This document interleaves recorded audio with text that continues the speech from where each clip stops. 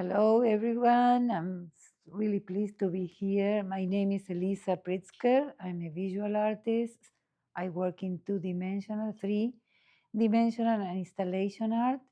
And my art is inspired by a connection with indigenous people from Patagonia. The name is Selknam, and I do ancestral contemporary art. They call me Camilo Rojas, and I am a visual artist interested in multiple way of expressing myself visually. Then I do photography, I do drawing, printmaking, videos. And I am interested on how we are perceiving each other and trying to bring people to the table to discuss who we are. My name is Joan Belmar. I was born in Chile. I'm a visual artist and I work in different medias and techniques. I work with three concepts: time, change, and movement, that give me the chance to express in different ways. My name is Karlos Carcamo. I'm a visual artist based here in the Hudson Valley. I'm interested in minimalist abstraction, influenced by urban culture and my own personal experiences growing up in New York City. We are all islands in a way. I mean, we are surrounded by other islands. Those islands are constantly moving. What means is you are now being appreciated from different angles and different elements which allow you to actually to connect with each other. And what we are here for as an artist is actually to capture what is been moving place and in time, and then express our inside feelings on our insights or our knowledge of who we are, and share that with others for them to start perceiving a different points of view. I think our process is different. Each artist has different way to work. For me, I need the loneliness and approach myself, and it's a very psychological process where I'm very critical with myself, and I use a space in my house where I can't express all these feelings through paintings, and later I need to go in the world outside my studio. So this way I can't connect what I'm feeling with the exterior. I'm very selfish, I think, because I'm working. When I'm working, I something inside of me that tell me you need to do that, and I'm not thinking the effect that this work will produce outside. I'm looking for something, I'm searching for something, and I think the point is never find it, because if you find it, you are done. So you're always unhappy, or always you think you can change something, and always you think I can do it better or I can do it different, so you're never happy. That's my experience, at least. So I'm looking for new things, and always looking for new concepts, new ideas. I don't want to be tagged in a box, the abstract artist or the Latino artist or the gay artist. I don't feel comfortable, because I have traveled around the world, I live in different countries, and I absorb what I like from different cultures. In my work, explore geometric shapes, because they are more simple and we can see in nature as easy lines and circles. And from this simple concept, I start to develop a language that took me years to develop. Well, for me, it's my work always begins in a formal process. When I say formal, I mean, materials, colors. I go through a process where I think about how can I incorporate a sense of narrative and personal experience within the actual process of making work. It's a way of subverting my own personal history and also what I see around in the world into this abstract language that I am very interested in pursuing. Well, in my experience, the body of work that I was mentioning about the Selknam people, it was an encounter that I had personally in the mountain in Patagonia when I was at the last point of the continent, the South American continent, and that changed my life and my way of expression. I'm also alone in my studio, like most of us, but at the same time, my art is my art, but it became, without really thinking, as a statement of reminding that we have a past. We are not isolated for what happened 10,000 years ago, and it's a process from those people that were in the land 10,000 years. In my contemporary language, I bring back the idea that the past is part of our lives. And it's an interesting conversation what happened. It became like a social. it means that it's mine, but at the same time, it became like a social statement. I'm really surprised about it. I'm happy that the Selknam people recognize me as an ambassador of their culture. They had like a genocide, so there is only a small amount of people, but they are alive and they are well. So that's why, that's my comment. It's been individual, but at the same time, it has a social impact directly by the people observing and contacting my work. It's an interesting process that it was not done on purpose. I was not having that, was isolated in my studio, and suddenly that happened when the work went out. I'm pleased about it, but it was a surprise for me. But you came to my studio, and from all the works that I had, I remember that you liked I love something it. that it was I love a it. few dots. And I said, you really was such a surprise, because when I went to his studio, he's convoluted a lot of lines and layers and layers and more layers. And he said, I love this piece. It was kind of a surprise because it was like a small cone, all black with a few dots. The thing is, like, And I said, Elisa, I'm Chilean, so we are neighbors, and Yes. Selknams were part of our culture too. You know, Yes, we're you're part right. of Argentina and Chile, so that's why I knew about them, and I was so sad that in our school they didn't tell us about them. Why they didn't tell us about them? Yeah, that's And what we really discovered true. later to a photographer that came from Europe to, you know, a priest. photograph them, Exactly. yes, yes. And so it was very important to me, but the important thing for me was not to use them and use the image and abuse them and Of try, course. like you did a wonderful work with your art, because you take extract the essence of them without copy the images. Now it's like when you go to Chile or Argentina, it's a business with Yes, the Selknam. yes, So I yes, feel they so use the bad about that, images. you know? Well, that is happens with many things. You see Frida Kahlo all over. I lived in Spain and I saw Picasso in all kinds of objects, and I said, if I see one tie or handkerchief or a hat with his images, I will really, it's business everywhere. And I understand what you are saying. Well, Selknam, one of the most important people in Chile is Selknam, que you can then express exactly what he said about my work. He said, you capture our essence. They don't have anything to copy because they didn't produce any art in their 10,000 years, nothing. They painted their bodies, but they don't have any objects. So, but he told me that. Thank you. Thank Also, you for Selknam, that. they have a rich theater. They have a theater. They create this character. They fill out people with feathers and assign them a different character in this play. So this play was intended to teach them how to hunt and to survive in this hostile environment. Yeah, yeah. It is important to remind ourselves a single fact. Nothing is new. We are recycling things over and over again. We are taking over other visual elements in the past, but also we as humans, we are no different than other humans in the past or humans in the present or humans in the future. We all had to breathe, we all had to nourish ourselves, our bodies, and the role of an artist in that case is to present in a new way who we are.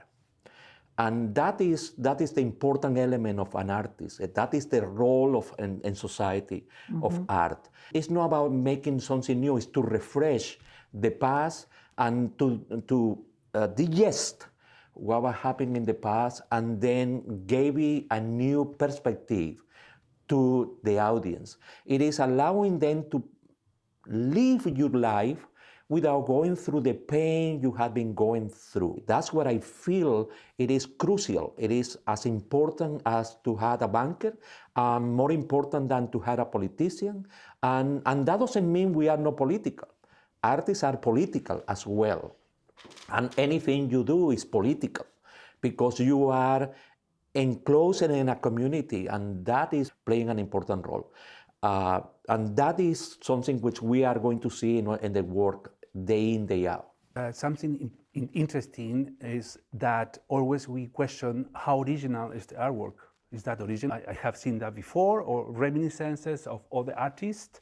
And I think nobody is original at all because, first of all, everything is in nature, has been there. We take the geometrical shapes of the planets or the lines or different textures. The important part for me is how we collect vocabulary. I understand I'm working within a history, specific genre of history, minimum of abstraction.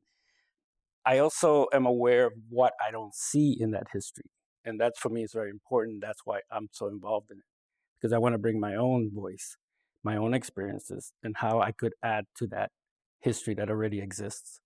I remember when I started doing work, I was strongly focused on who we are and who we are as Latin Americans, and focus especially on what the Europeans actually cut out us from that vast and important cultures, what they call a new world. It was here. It was nothing new. It was new for the Europeans. When I came out of the school, then I started doing installations. I always had been working as a group. Then I was part of a group, and then we call it Asimaca. And Asimaca was Aztecas, Incas, Mayas, y Caribes. They were sculptures. What means is the sculpture was all these huge metal things, solder it and put it together, and then the audience had to get inside the sculpture to actually to perceive it in that case. Now I am embarked in a whole new project which I was dreaming back there, a documentary where we present the parallel of what was happening in the Iberian Peninsula and what was happening in America at the same time, or so-called America, because even the name, it is the wrong name. It is America. It was an European which he then encountered for the first time these places. Americo Vespuccio. Americo right? Vespuccio, he was an Italian, and then they will put in the name because then he make a map, and then just a Dutch decided, oh, then this must is a new land. Let's call it America because Americo Vespuccio defined it. It is crucial for the colonization. It's crucial for the domination of that other culture to erase, to eliminate the past. to erase the past, because that's crucial. And I think that actually is no role as an artist. It is not to believe in the past. I don't believe the past was better. I believe we are in the present. We don't know the future. The past is gone. This sounds as a cliche, but cliches are also truths. If we don't know the past, we will repeat the same mistakes over and over again. And we are doing it right now. Yeah, I have to add this very tiny detail about what you said about the names. I never knew the Selknam, and half of the Argentinian and Chilean people don't know the name Selknam because the Spaniards, when they did their genocide, they called them Onas. In the school, I always knew the Onas. In all the books, we have the Onas. When you say Selknam, people, I said, I don't know who they are. And I said, do you know the Onas? Oh, yes, the Onas from the south, from Patagonia. And I said, well, that's the name that the Spaniard, our books were written by the conqueror. We all add, I think, something because we are unique. At the same time, I agree with Camilo and with you, Joan, that there is no originality. When you go to a museum like the Metropolitan Museum, you see the art from the past and the art from now, and you see that everything almost was created, but we recreate in our contemporary way things that were created, but we are in this time. So we are our own expression. This is something that we have to stress continuously because it's part of humanity since humans were inserted in the planet. We appear as humanity. For example, seeing these photographs, it is capturing a detail of something which is bigger. Mm-hmm. And sometimes we get trapped into this vast amount of elements and being bombarded with all the information, and we really don't see that detail of what actually being set and become very mechanized. And the part which I find an artist bring is to make it the human aspect, meaning in the case of an old house which was holding the secrets, the mystery inside the house, which is the connection with the island in that case, meaning then at the same time, the frame is not a frame I went and bought in a store. It's a frame which comes from a part of a tree who fall down behind the house.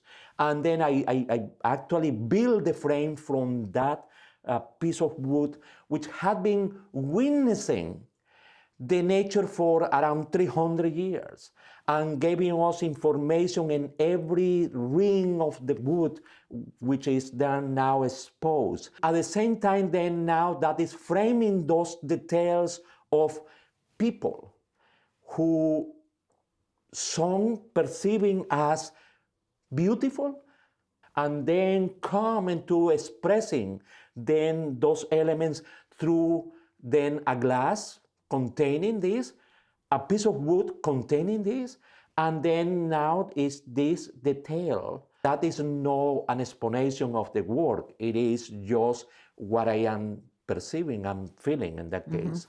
They had a life before they became part of your art.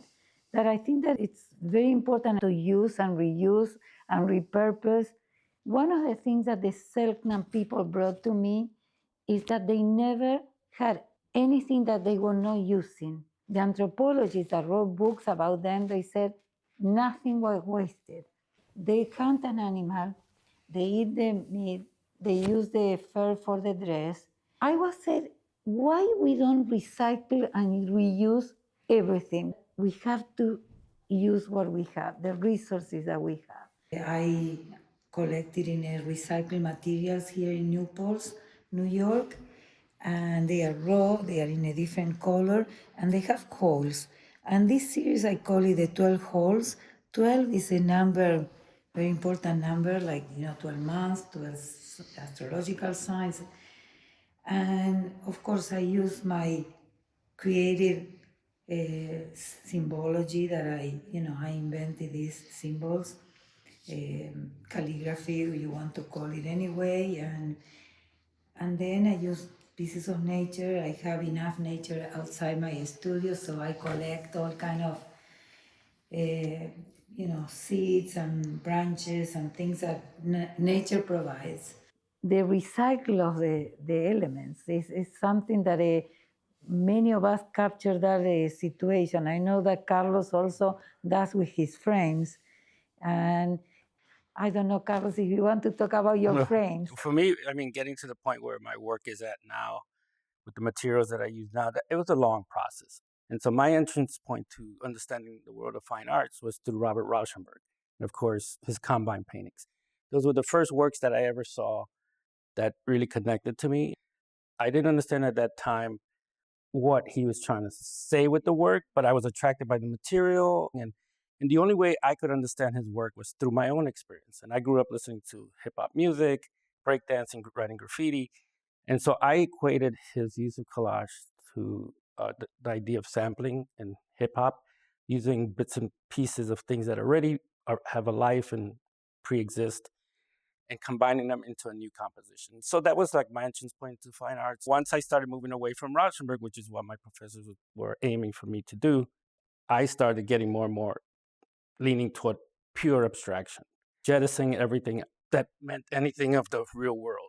And I started making monochromatic painting. And so I had these critiques with professors and other visual artists, and they said, well, you have this rich history of writing graffiti and all this stuff, and why isn't that in the work? And so I incorporated the use of graffiti in the actual process of making the work, my own personal narrative through the actual materials that I was using. Like my paintings are made out of house paint, which is a common material. I shy away from using oil paint or acrylic paint because those have high art references, and I wanted my work to exist within this high and low cultural references. I wanted the viewer to gradually look at my work and then learn more about the work.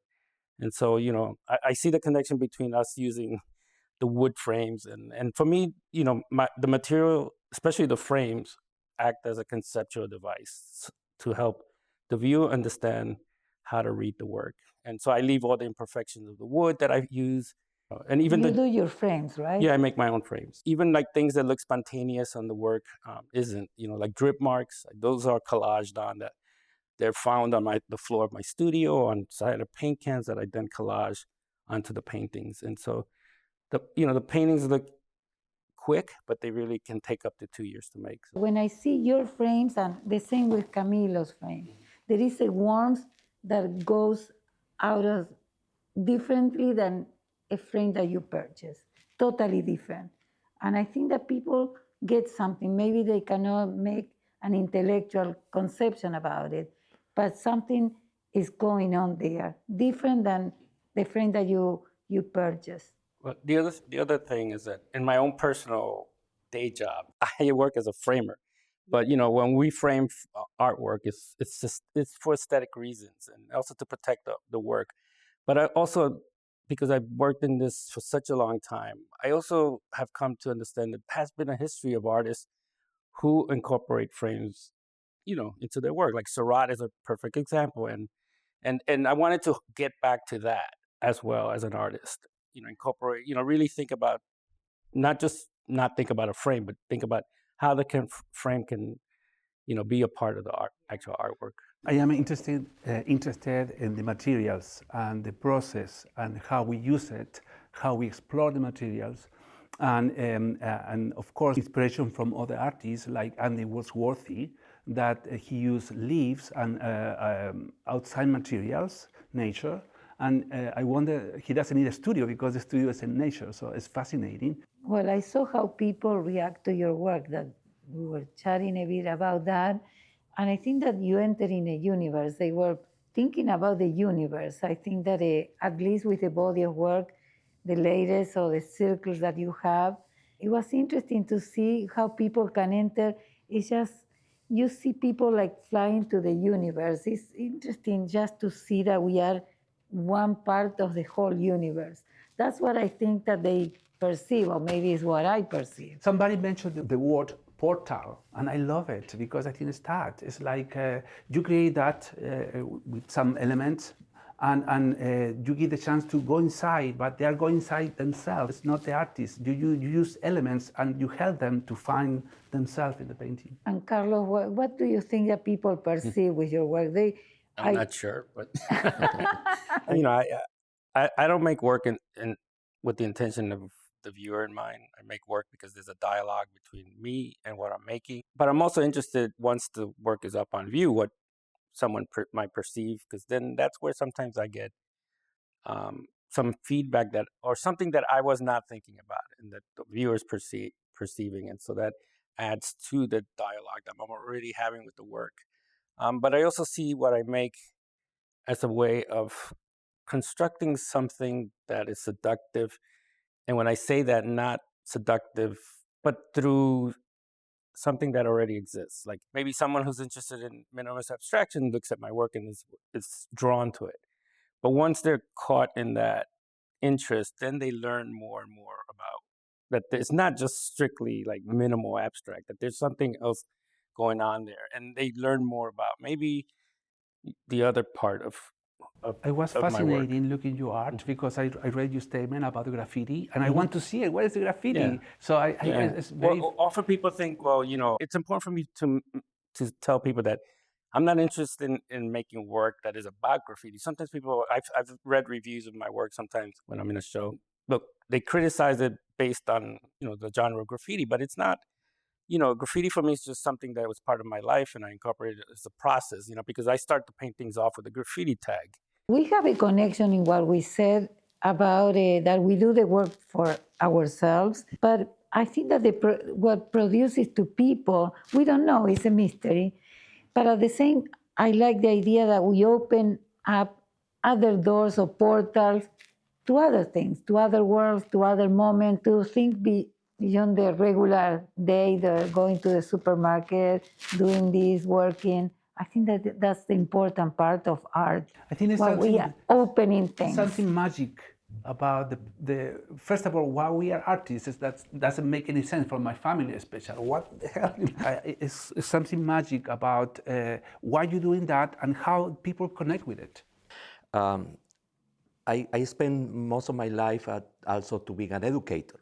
What means is I see being an educator is a part of being an artist as well, because you are performing, you are really sharing your ideas with the new generations, which in their way they go out and then modify and change all your ideas. And one of the things I see as an education, it is you gave me a key to each one of those individuals and ask them, go and find the door. No, that key opens. And that is something which is crucial. I think that is what we do as an artist. And that is what I feel will help to really get into this circle of finding who we are, finding the door where we are going to enter and encounter a mirror where then we see our inside. But I'm sorry, I think you are saying something very interesting, because many times I run to more established artists, and they didn't tell me things that were going to happen to me, and I wonder why they didn't tell me, and because they want you pass by that path. You know, you need to pass through it. Nobody can give you the solution to. You need to work it. Some people don't understand that, but I hope they are embracing the importance of the role of the artist as a social and as a spirit, and opening up other channels that are not open with other science or other activities that we humans do, even if it is original or not, to really be truthful when we do something that is really something that comes and we believe in it. When you're truthful, that work will produce something in somebody.